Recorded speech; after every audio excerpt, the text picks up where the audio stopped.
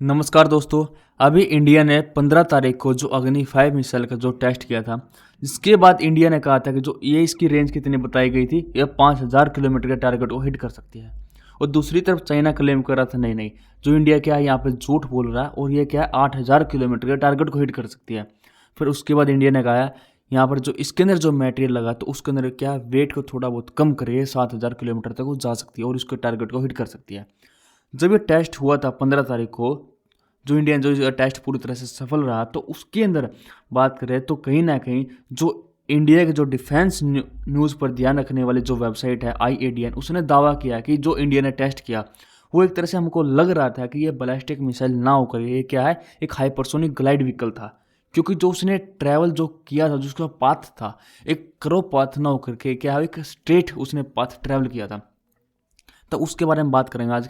क्या है यह हाइपरसोनिक, उसने क्यों कहा, और ये क्या बैलिस्टिक मिसाइल थी या हाइपरसोनिक मिसाइल थी। अब 15 तारीख को जो इंडिया ने अग्नि 5 मिसाइल का जो बैलिस्टिक मिसाइल का जो टेस्ट किया था, उसकी जो रेंज इंडिया ने बताई थी 5000 किलोमीटर, और उड़ीसा से इसका जो टेस्ट है वो किया गया था। और कहीं ना कहीं उसके बाद देखा जाए तो काफ़ी लोगों ने क्या है इसको देखा भी था। जो बांग्लादेश के साइड लोग थे उन्होंने क्या है इस मिसाइल को पूरी तरह से देखा और अपने क्या कैमरे के अंदर उसको रिकॉर्ड कर लिया था। अब थोड़ा इसके बारे में बात करें अग्नि 5 मिसाइल के बारे में। इसकी ऑपरेशन रेंज कितनी बताई गई, 5000 किलोमीटर, और ये अपने साथ पेलोड कितना लेकर जा सकती है, 1360 kg का। और जो इसकी हाइट कितनी है, 17 मीटर। जिसकी 3 स्टेज के अंदर ये क्या ट्रैवल करता है, स्टेज 1, स्टेज 2 और स्टेज 3। और जो इंडिया ने रेंज बताई है 5000 किलोमीटर, ये क्या है पूरे चाइना को ट्रैक कर सकता है, पूरे गल्फ कंट्री को ट्रैक कर सकता है, अटैक कर सकता है। चाहे शी जिनपिंग कहीं भी कोई से कोने के अंदर छुप के बैठे हो, क्या है ये मिसाइल वहाँ पर उसको अटैक कर सकती है। इंडिया के पास अग्नि 1, अग्नि 2 और अग्नि 3 भी मिसाइल है। और अग्नि 1 मिसाइल की बात करें, इसकी रेंज कितनी है, 700 किलोमीटर। और अग्नि 2 की रेंज कितनी है, 2500 किलोमीटर। और अग्नि 3 की रेंज कितनी है, 3000 किलोमीटर।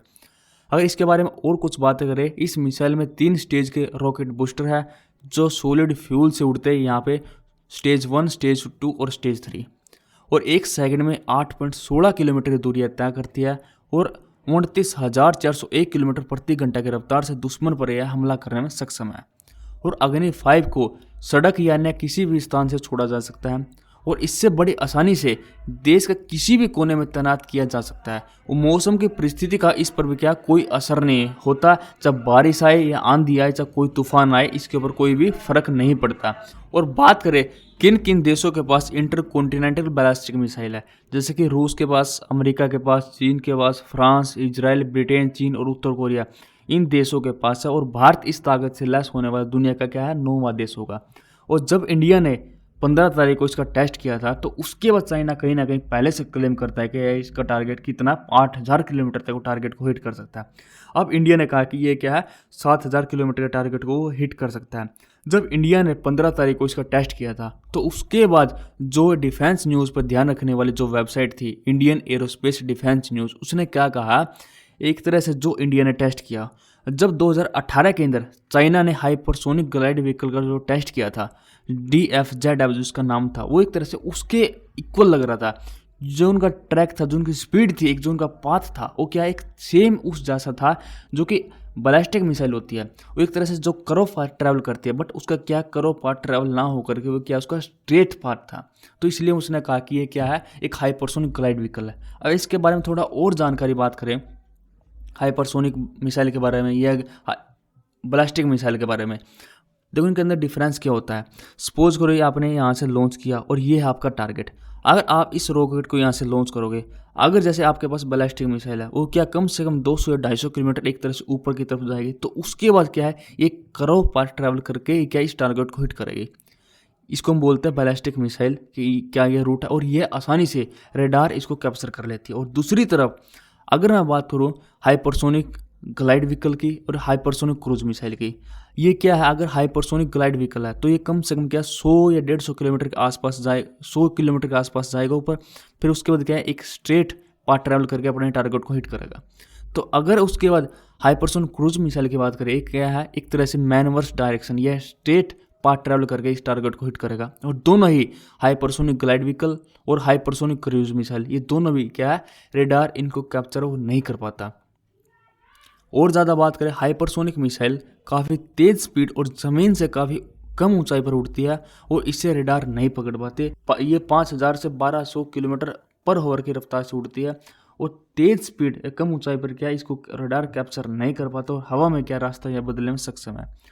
और बैलिस्टिक मिसाइल की स्पीड हाइपरसोनिक मिसाइलों से कम होती है और ये काफ़ी ज़्यादा ऊंचाई पर उड़ती है और इसलिए रडार इनको पकड़ लेते हैं। देखो हाइपरसोनिक के दो पार्ट है कि दो टाइप की होती है, कौन कौन सी, हाइपरसोनिक क्रूज मिसाइल और हाइपरसोनिक ग्लाइड व्हीकल। अब इसके अंदर डिफरेंस क्या होता है, देखो डिफरेंस ये होता है कि हाइपरसोनिक क्रूज मिसाइल है तो उसके अंदर देखो 5 मैक की स्पीड से ज़्यादा होती है, ठीक है, तो उसका क्या खुद का अपना एक इंजन होता है। और दूसरी तरफ बात करें हाइपरसोनिक ग्लाइड व्हीकल की, इसके पास क्या है, स्पीड तो ठीक है, अच्छी बात है, 5 मैक से ज़्यादा ही होगी, बट क्या इसका अपना खुद का इंजन नहीं होता। हाँ, अपना खुद का इंजन नहीं होता है। ये क्या क्रूज मिसाइल ना होकर ये क्या है, एक बैलिस्टिक मिसाइल होती है, जो कि बैलिस्टिक मिसाइल होती है और उसके इंजन के द्वारा परफॉर्म करती है। जो ग्लाइड व्हीकल होता है, जो आगे वाला जो नोज वाला हिस्सा होता है, ये क्या एक तरह से अलग हो गए फिर अपना जो टारगेट को हिट करता है और उसके काम और अपना जो काम बखूबी जो निभाता है। अगर मैं स्पीड और क्षमता के लिहाज से 3 कैटेगरी है। अब 3 कैटेगरी कौन कौन सी है, सबसोनिक मिसाइल, सुपरसोनिक मिसाइल और हाइपरसोनिक मिसाइल। सबसोनिक मिसाइल की बात करें, ये साउंड की स्पीड से कम होती है, जो कि 1100 किलोमीटर प्रति घंटा की स्पीड से जाती है और आसानी से रडार इनको कैप्चर कर लेती है। जैसे कि अमेरिका के पास टॉमहॉक और फ्रांस के पास कौन सी है, एक्सोसेट, और भारत की क्या है, निर्भय।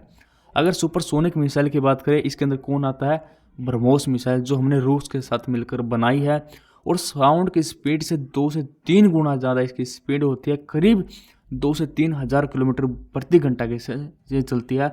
और हाइपरसोनिक मिसाइल की बात करें, ये साउंड की स्पीड से 5 से 10 गुना ज़्यादा इसकी स्पीड होती है और करीब 5 से 10 हज़ार किलोमीटर प्रति घंटा की इसकी रफ्तार होती है।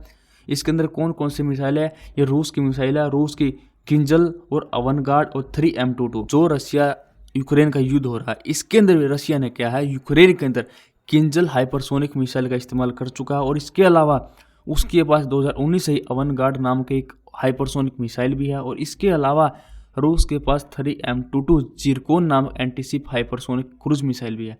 अगर अमेरिका की बात करें, अमेरिका दावा करता है कि 2023 तक उसके पास भी क्या है, हाइपरसोनिक मिसाइल वो होगी। और चाइना की बात करें, चाइना कम से कम ऐसे 100 मिसाइल टेस्ट कर चुका है, बट उसको अभी तक क्या है, वो टेक्नोलॉजी हासिल नहीं हुई, उसको इतना ज़्यादा इस चीज़ के अंदर, इस फील्ड के अंदर एक्सपीरियंस वो नहीं है। अब देखा जाए तो जो आईएडीएन जो उसने न्यूज़ एजेंसी ने दावा किया था क्या है, एक तरह से ये हाइपरसोनिक ग्लाइड व्हीकल है, तो उसके बाद डीआरडीओ के कुछ एक्सपर्ट ने कहा है कि साइंटिस्ट ने कहा कि जो आपको हाइपरसोनिक ग्लाइड व्हीकल लगा वो क्या है, एक तरह से आपको मान सकते हैं, क्योंकि एक तरह से जो उसका टाइमिंग था टेस्टिंग का, जो हमें टेस्ट किया, एक तरह से वो थोड़ा इवनिंग का था, शाम का समय था, और उसके बाद जो अर्थ का कर्वेचर था और उसके बाद जो पोजीशन है इस स्पेस के अंदर, कहीं ना कहीं उस वजह से जो आपको ऑब्जेक्ट दिखा एक तरह से आपको थोड़ा ऊंचाई पर लगा और एक तरह से दूर जाता हुआ दिखाई दिया, बट कहीं ना कहीं वो क्या है, एक करोड़ पाथ ट्रैवल करके वो नीचे की तरफ आ रहा था।